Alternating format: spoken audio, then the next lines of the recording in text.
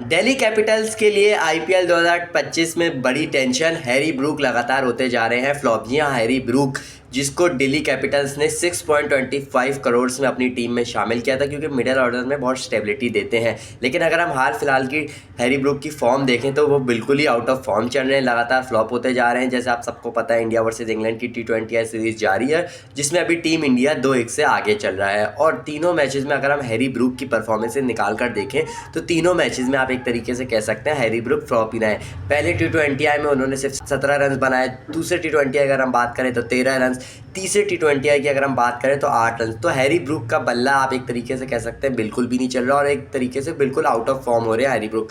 पहले T20 में out होने के बाद उन्होंने फॉग का एक बहाना दे दिया कि भाई फॉग की वजह से हमसे उस तरीके से बैटिंग नहीं हुई, और लगातार सेकंड और थर्ड T20 में भी उनसे उस तरीके की परफॉर्मेंस निकल कर सामने नहीं आई।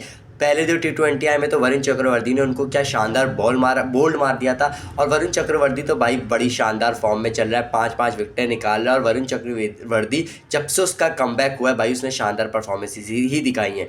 उसके बाद हैरी ब्रूक, इस बार अगर वरुण चक्रवर्ती से हैरी ब्रूक बच गया तो रवि बिश्नोई ने बोल्ड मार दिया। तो ये तो बात साफ है भाई, इंग्लैंड के जो बैटर थे उनसे स्पिन खेली नहीं जाती, खास तौर पर हैरी ब्रूक से भाई इतना कोई स्ट्रगल कर रहा है। वो अभी तक 20 रन से ऊपर नहीं बना पाया 3 T20 इनिंग्स में। और राजकोट की विकेट तो फ्लैट थी, जिस तरीके से डकेट खेल रहा था, डकेट को कोई मुश्किलात नहीं हो रही थी। बटलर ने आप कह सकते हैं एक तरीके से स्ट्रगल किया, लेकिन डकेट ने जिस तरीके से शानदार परफॉर्मेंसेस दिखाई उसकी वजह से आप मैच जीते। और हैरी ब्रूक भाई लगातार अब फ्लॉप होते जा रहे हैं, और अब हैरी ब्रूक की परफॉर्मेंसेस पर भी सवाल होता जा रहा है। और डीसी की जो टीम है उनको आप एक तरीके से कह सकते हैं थोड़े से कंसर्न तो होंगे वो भी, क्योंकि हैरी ब्रूक उनके लिए एक इंपॉर्टेंट प्लेयर था एक मिडल ऑर्डर में।